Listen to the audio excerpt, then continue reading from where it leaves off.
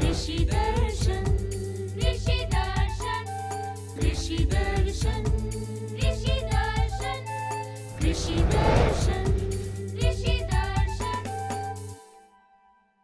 जोहार, आप सभी का स्वागत है कृषि दर्शन के इस विशेषांक में। और किसान भाई जतरू भाई बटले भी रोमन का कार्यक्रम में स्वागत है। रोमन के जोहार कहते हैं, हमारे बटले भी जोहार है रोमन का। और साथ ही रुमकी का भी आप सभी को प्यार भरा नमस्कार। भौजी हमारे मन के कार्यक्रम कर और करे के चाहिए और हमारे के किसी समाचार से बहुत समझदार हो गए हैं, लेकिन मुझे भी कुछ बतानी दीजिए ना। एकदम लगे नहीं भाई, बताओ। किसान भाइयों, चलिए जानकारी तो हम आपके लिए बहुत सारी लेकर आते हैं, लेकिन इन जानकारियों को देने से पहले हम आपको दिखाते हैं कृषि समाचार, जिसके तहत आप ले लेते हैं एक बार में ढेर सारी जानकारी। तो क्यों लेट करें, जल्दी से जानते देख लो भाई हमारे पास। नमस्कार, कृषि समाचार में आपका स्वागत है। आपके साथ मैं हूं सबा गुलरेज। आइए देखते हैं आज कृषि समाचार में क्या है खास। किसानों को बाजार उपलब्ध कराने के लिए हो रही है राष्ट्रीय किसान मंडी की स्थापना। कद्दू वर्गीय फसलों में पाउडर मिल्ड्यू रोग के नियंत्रण के लिए करें सल्फर फंजीसाइड दवा का उपयोग। गर्मा मूंग के बेहतर उत्पादन के लिए लगाएं उन्नत प्रभेद विशाल। और अब समाचार विस्तार से। केंद्र सरकार ने कृषि उत्पादकता बढ़ाने के साथ साथ कृषि उपज को उचित मूल्य पर बेचने के लिए बाजार मुहैया कराने की नीति तैयार की है। इसके लिए राष्ट्रीय किसान मंडी की स्थापना की जा रही है, जहां किसान बिना किसी बिचौलिए के अपनी उपज बेच सकते हैं। इसके अलावा बाजार में मूल्य के ज्यादा घट जाने की स्थिति में सरकार ने मूल्य स्थिरीकरण निधि भी बनाया है। झारखंड के कुल 1,77,194 हेक्टेयर जल क्षेत्र में मछली पालन किया जाता है। इसमें सरकारी तालाब 15,496 हैं, जिनका जल क्षेत्र 14,973 हेक्टेयर है। निजी तालाब की संख्या 85,849 है, जिसका जल क्षेत्र 40,561 हेक्टेयर है। 94,000 हेक्टेयर जल क्षेत्र में मध्यम और बड़े तालाब हैं। 21,000 हेक्टेयर में 148 छोटे जलाशय हैं। चेक डैम और आहर 4,070 हेक्टेयर में तथा 2,090 हेक्टेयर जल क्षेत्र में कोल और अन्य माइंस फिट हैं। इस मौसम में कद्दू वर्गीय फसलों में पाउडर मिल्ड्यू और डाउनी मिल्ड्यू रोग लगने का खतरा रहता है। पाउडर मिल्ड्यू रोग के रोकथाम के लिए सल्फर फंजीसाइड और डाउनी मिल्ड्यू रोग के रोकथाम के लिए रीडोमिल दवा से बने घोल का छिड़काव करें। इस मौसम में कद्दू वर्गीय फसलों में पाउडर मिल्ड्यू या डाउनी मिल्ड्यू रोग हो जाए तो पत्तियों पर बारीक चूर्ण दिखाई देने लगता है। किसान भाई पाउडर मिल्ड्यू रोग के नियंत्रण के लिए सल्फर फंजीसाइड 2 ग्राम प्रति लीटर पानी की दर से घोल बनाकर छिड़काव करें और डाउनी मिल्ड्यू के रोकथाम के लिए रीडोमिल 1.5 से 2 ग्राम प्रति लीटर पानी की दर से घोल बनाकर फसल पर छिड़काव करें। किसान भाइयों, गर्मी का मौसम चल रहा है। इस समय जो है आपकी फसलों में जो कद्दू वर्गीय फसलें हैं उसमें पाउडर मिल्ड्यू और डाउनी मिल्ड्यू 2 प्रमुख बीमारियां जो है दिखाई दे रही होंगी। इस बीमारी को नियंत्रित करने के लिए यदि पाउडर मिल्ड्यू लगा हुआ है तो सल्फर फंजीसाइड 2 ग्राम प्रति लीटर पानी के साथ छिड़काव करें। यदि डाउनी मिल्ड्यू दिखाई दे रहा है तो 1.5 से 2 ग्राम प्रति लीटर पानी में रीडोमिल मिला के छिड़काव करें तो ये बीमारी नियंत्रित। राज्य के जो किसान गर्मा मूंग की खेती करना चाहते हैं, उन्हें इस फसल से ज्यादा उपज हासिल करने के लिए जिन उन्नत प्रभेदों का चयन करना ज्यादा फायदेमंद होगा, उस संबंध में हमारे कृषि विशेषज्ञ की सलाह है। गर्मा मूंग के लिए जो सबसे कम दिन की जो किस्म है सम्राट है, पूसा विशाल है, उसके बाद पंत मूंग 4 है, ये किस्में जो है। उसके अलावा एक सुनैना है, ये भी किस्में जो है काफ़ी कम दिन की है, 60 से 65 दिन के आसपास। तो इन्हीं किस्मों को किसान भाई आप लगाएंगे और बीज दर 20 किलोग्राम के आसपास आप रखिएगा। राइजोबियम कल्चर से उपचार कर लीजिएगा तो आपको अच्छी उपज मिलेगा। और एक बात ध्यान देने वाली बात है कि यदि ऊपरी ज़मीन है, अम्लीय है, तो आप 2 से 3 कुंटल जो है चूने का उपयोग करेंगे। पशु चालित पटेला हैरो द्वितीय भू परिष्करण यंत्र है। किसान इस यंत्र की सहायता से ढेला तोड़ने, मिट्टी को भुरभुरा बनाने, फसल के ठूंठ को इकट्ठा करने और बुआई के लिए खेत की तैयारी करने का काम कर सकते हैं। इसकी कार्यक्षमता 0.3 हेक्टेयर प्रति घंटा है। और अब एक नजर राज्य के 5 प्रमुख शहरों के मौसम के मिजाज पर।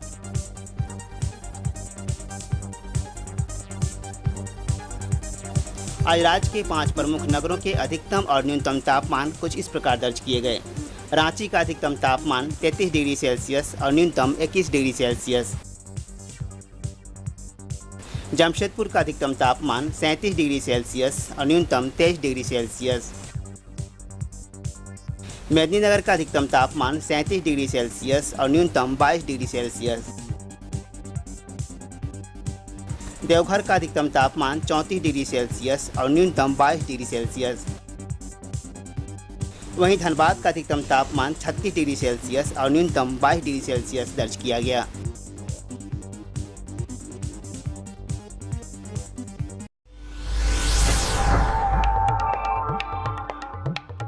और अब मंडी भाव में आइए नजर डालते हैं अनाजों के भाव पर। आज कृषि उत्पाद बाजार समिति पंडा रांची में विभिन्न खदानों के थोक भाव कुछ इस प्रकार दर्ज किए गए।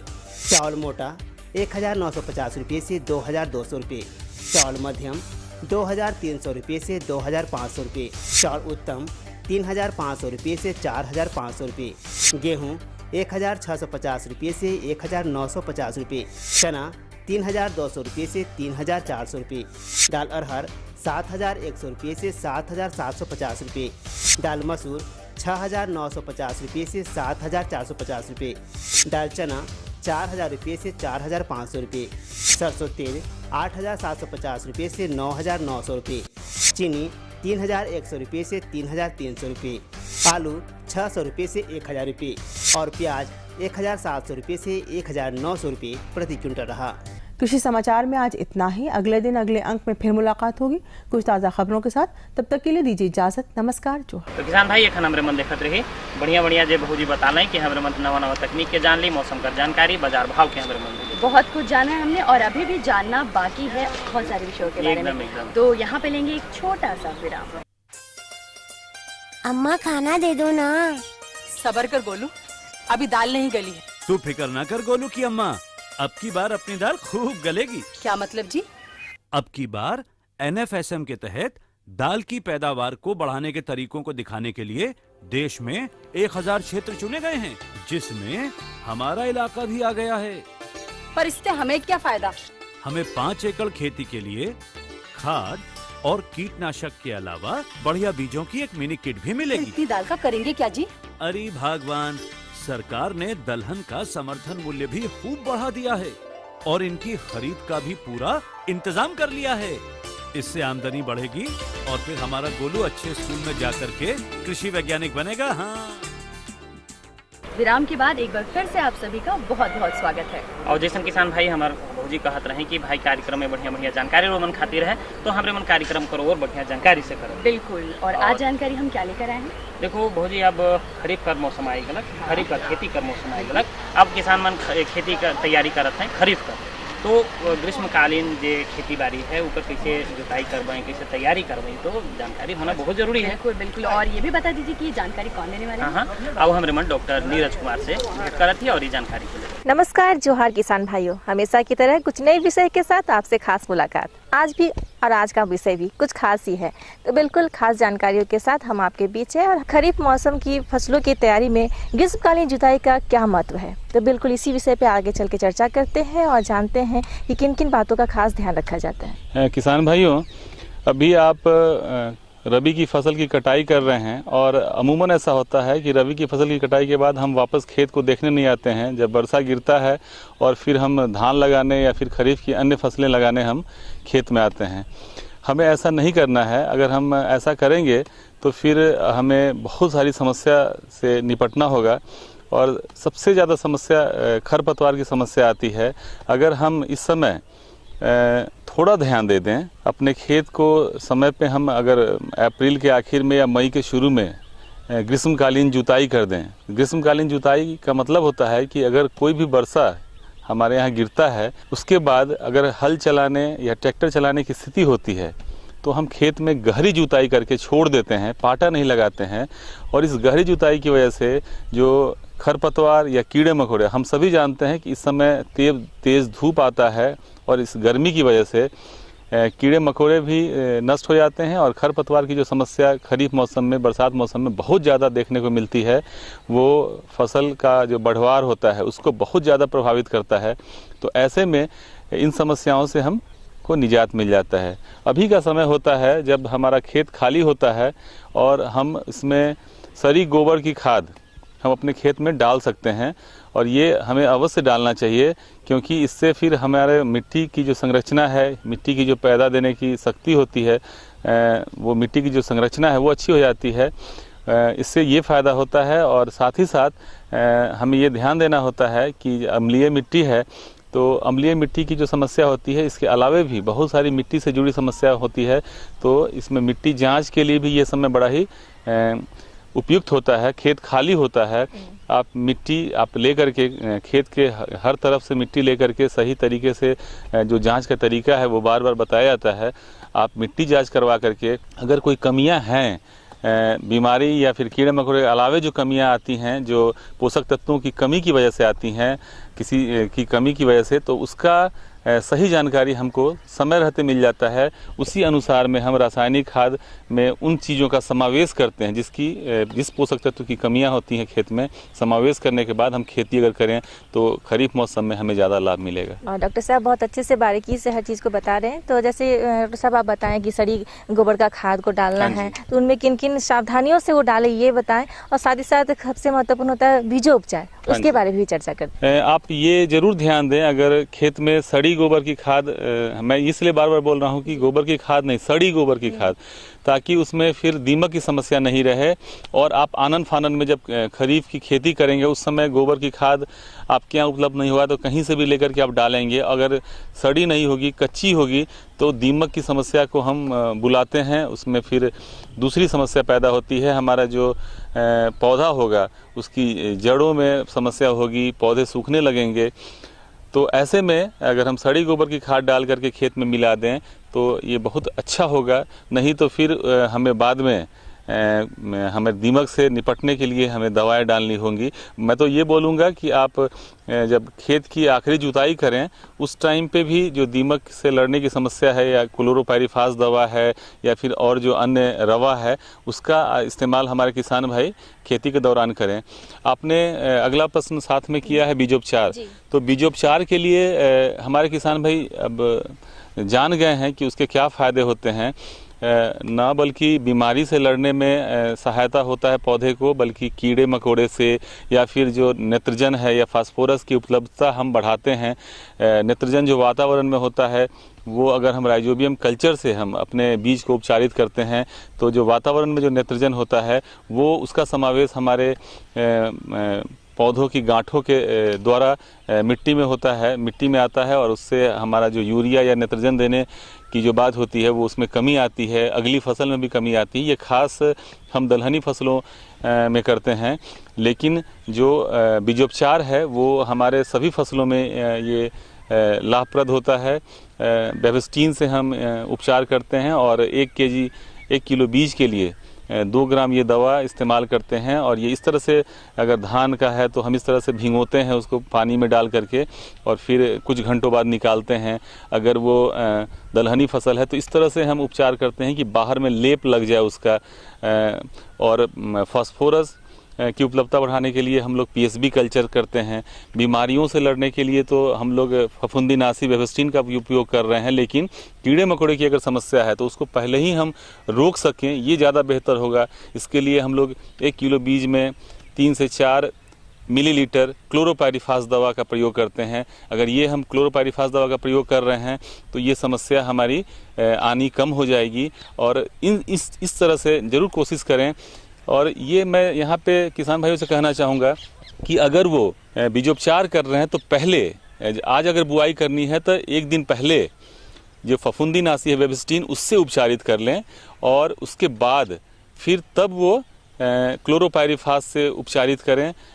और जिस दिन उनको बुआई करनी है उस दिन राइजोबियम कल्चर या पीएसबी कल्चर से वो उसको इस्तेमाल करें। और ज़रूर ये कोशिश करें कि जो बीज को कल्चर करें उसको धूप न लगने दें, उसको छाए में सुखाएं, ताकि वो उसकी जो फ़ायदा है हम उसको ले सकें। किसान भाइयों, आपने देखा, सुना और समझा कि डॉक्टर साहब ने कितने अच्छे से हर चीज़ों के बारे में बताया। महत्वपूर्ण 3-4 चीज़ों के बारे में तो आप खास तौर पे ध्यान रखना ही है, जैसे सड़ी गोबर की खाद, बीजोपचार, और सबसे महत्वपूर्ण मिट्टी की जाँच। तो बिल्कुल इन सब बातों पर अगर किसान भाई ध्यान रखेंगे तो बहुत ही अच्छे से अपनी खेती को आगे अच्छे से सफल रूप से कर पाएंगे। तो वक्त हो चला, लेकिन जाते जाते कुछ संदेश अगर है सर। मेरा ये संदेश होगा कि अभी खरीफ की जो खेती करनी है, बीज की उपलब्धता सुनिश्चित करना है और ये जरूर कोशिश करें कि आपने जो बीज रखा है वो सही है कि नहीं, सही किस्म है कि नहीं, उसको सही तरीके से, उसकी नमी और उसमें बीमारी नहीं लगी होनी चाहिए, उसको सही तरीके से आप सुखा करके खेती में प्रयोग करें। ये बहुत ज़रूरी है कि रबी की कटाई के बाद या फिर खरीफ की कटाई के बाद जो हम भंडारण करते हैं वो उचित भंडारण करें, ताकि जो अभी खरीफ की खेती हो उसमें कोई बीमारी, कीड़े मकोड़े की समस्या नहीं हो या नमी की ज़्यादा समस्या होने से फिर ये समस्या होती है। तो ये आप सुनिश्चित करें। बीज जो है वो सबसे महत्वपूर्ण पहलू है, सबसे महत्वपूर्ण इनपुट है जो हमारे किसान भाई लगाते हैं। उसका सही किस्म का होना, समय पे बुआई करना, ये सारी चीज़ें अधिक उत्पादन में आवश्यक मदद करेंगी। इसका ध्यान रखना है जी। किसान भाइयों, आज के अंक में बस इतना ही। महत्वपूर्ण जानकारियों के साथ फिर आएंगे एक नए विषय के साथ। तब तक के लिए दीजिए इजाजत। नमस्कार, जोहार। उम्मीद करते हैं कि ये जानकारी हमारे किसान भाइयों को बहुत अच्छी लगी। एकदम हो जी। और देखो, हम लोग खेती बाड़ी का तैयारी कर रहे थे तो हमारे वास्ते भी बहुत फायदेमंद होलक। और किसान मन के हम बताते कि हमारे कार्यक्रम में बहुत बढ़िया जानकारी है भाई। बिल्कुल बढ़िया जानकारी हम लेकर ही आते हैं हमारे किसान भाइयों के लिए, लेकिन इन जानकारियों को तो हम देते रहते हैं और समय समय पे उनको संदेश भी दिखाते हैं। एकदम। तो आओ हमारे मन संदेश के लेकर। अरे जोहार मोहन दादा। जोहार सोहन। कहाँ से आ रहे हो दादा? बाजार गया था भाई। लगता है आज पूरा बाजार ही खरीद कर ले आए हो। हैं? अरे नहीं, इसमें पशुओं का दाना है और फसलों में छिड़कने वाली कीटनाशक दवाइयाँ हैं और साथ में रसोई का सामान है, सब एक साथ। हाँ, अब रोज बाजार जाना मुश्किल होता है ना। अरे सुनती हो? अरे लेकिन दादा, खाने पीने की चीजों के साथ रखकर कीटनाशी दवाओं का लाना खतरनाक हो सकता है। कैसे? दादा, कीटनाशी विषैले होते हैं। इसके प्रभाव से खाने पीने की चीजें जहरीली हो सकती हैं।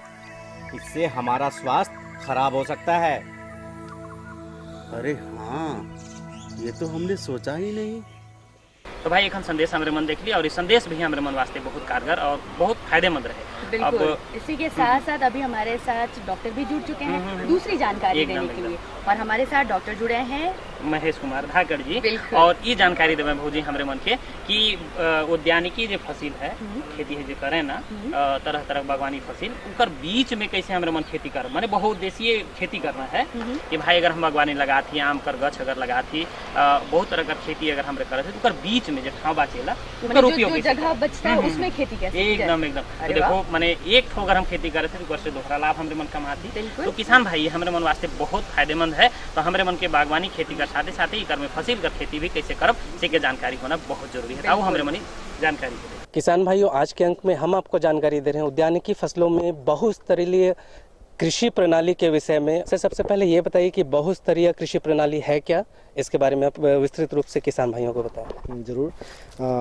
किसान भाइयों, अगर आप अधिक बुद्धिमत्ता से खेती करें तो आज के युग में भी आप खेती के द्वारा अधिक उत्पादन और अधिक आय प्राप्त कर सकते हैं।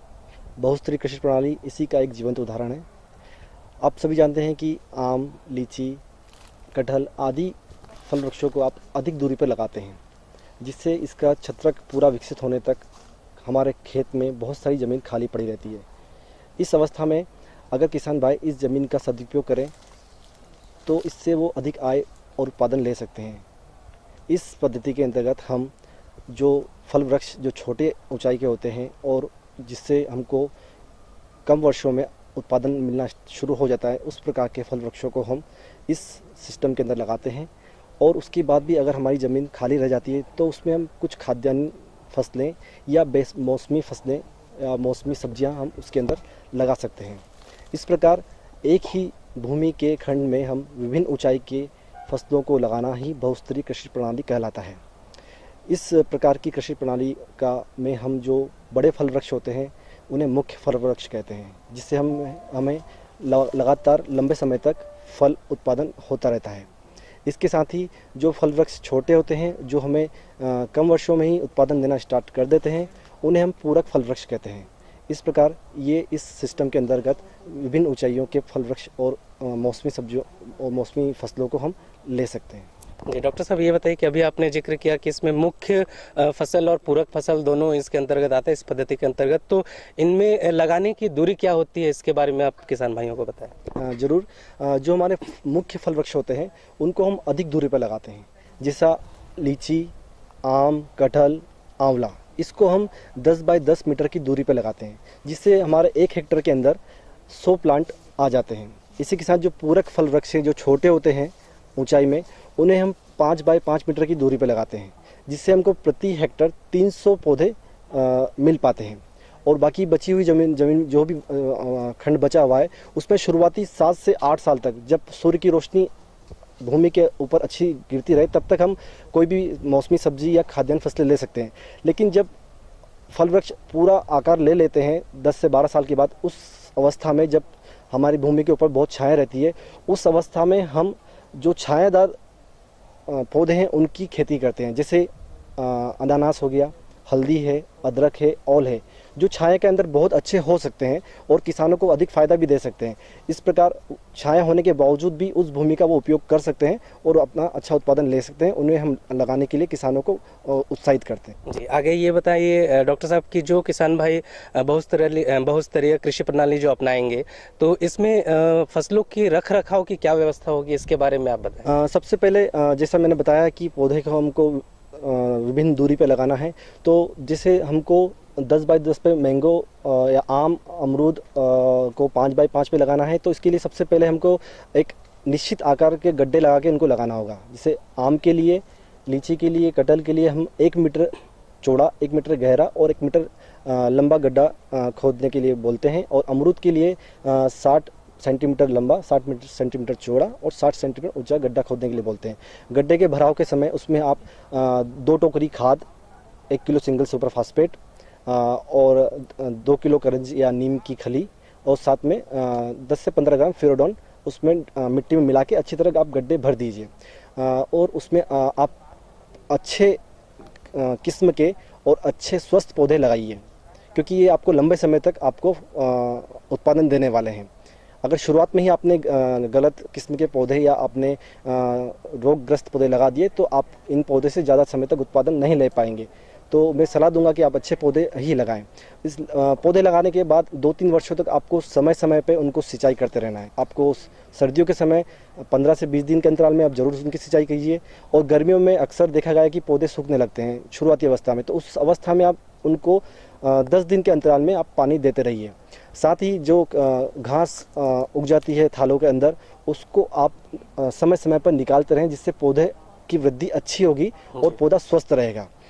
इसके बाद जो हमारी मुख्य बात आती है पौधे के रखरखाव में, वो है उर्वरक का और खाद का प्रबंधन। वो किसानों को थोड़ा ध्यान में रखना होगा।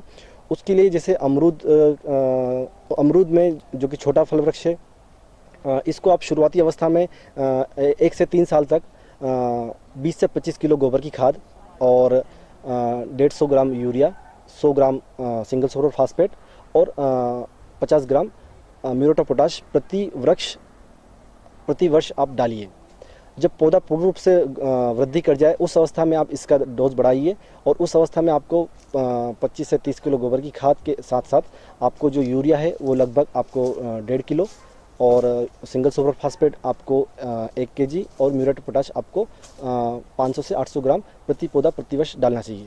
इसी प्रकार जो बड़े फल वृक्ष हैं जैसे लीची, आम और कटहल, ये इसमें आपको शुरुआती अवस्था में पौधों को 30 से 35 किलो अच्छी गोबर की सड़ी हुई खाद, 3 से 4 किलो करंज या नीम की खली और 200 ग्राम यूरिया, 150 ग्राम आपको म्यूरेट ऑफ पोटाश और 150 ग्राम ही सिंगल सुपर फास्फेट शुरुआती अवस्था में प्रति प्लांट प्रति वृक्ष आपको डालना चाहिए। और जैसे जैसे पौधा वृद्धि करता जाए, वैसे वैसे आपको इसका डोज बढ़ाते रहना चाहिए। और एक पूर्ण विकसित वृक्ष के अंदर आपको लगभग 80 से 100 किलो अच्छी गोबर की सड़ी हुई खाद, 4 से 5 किलो नीम की या करंज की खली और 2 kilo urea, 1.5 kilo single super phosphate और 800 ग्राम म्यूरेट ऑफ पोटाश प्रति वृक्ष प्रति प्लांट आपको जरूर डालना चाहिए, जिससे पौधा अच्छा वृद्धि करेगा और आपको जो फल है वो अच्छी गुणवत्ता के और अधिक मात्रा में उत्पादन होगा और साथ ही इससे आपको अधिक फायदा भी मिलेगा। तो किसान भाइयों, आपने देखा हमारे विशेषज्ञ ने आपको उद्यानिकी फसलों में बहुस्तरीय कृषि प्रणाली के विषय में बहुत अच्छी जानकारी दी। हम आशा करते हैं आप इनसे भी सभी जानकारियों से लाभ उठाएंगे। सर, आप हमारे कार्यक्रम में आए, आपका बहुत बहुत धन्यवाद। धन्यवाद सभी का। धन्यवाद किसान भाइयों, अगले अंक में फिर से मुलाकात होगी, तब तक के लिए नमस्कार, जोहार। भाई दुगना लाभ के विषय में हमने तो बता दिया और उम्मीद करते हैं कि हमारे किसानों को ये बात समझ आ गई होगी कि अगर एक काम करने जाए तो अगर उसी के साथ दूसरा काम भी कर लिया जाए तो मुनाफा ज्यादा हो सकता है। एकदम सही बात है वो जी। और देखो हमारे मन के भी दोसर काम करे है, दोसर काम ये है कि कार्यक्रम में जानकारी किसान की दे देली, अब लेकिन किसान भाई मन के पता बताना जरूरी है। अब लगे पता तो बताई दो, तो यानी हमें हमेशा बताना एकदम रोडे बताओ भाई। तो लिख लीजिए हमारा पता है कार्यक्रम कृषि दर्शन, कृषि प्रकोष्ठ द्वारा केंद्र निदेशक, दूरदर्शन केंद्र, रातू रोड, रांची। 3 संख्या 834-001। तो किसान भाई हमके लागेला कि किसान भाई मन के बहुत बढ़िया जानकारी हमारे मन दिवा दिली भौजी। बिल्कुल, लेकिन और जानकारी बिल्कुल नहीं देने वाले, क्योंकि हम जितनी भी जानकारी लेके आते हैं वो एक एक करके देते हैं एकदम। तो किसान भाई अगला हफ्ता हमारे मन बढ़िया जानकारी मन के दिवा। अब हमारे मन के 2 जन के विदा देवे है, लगे तब।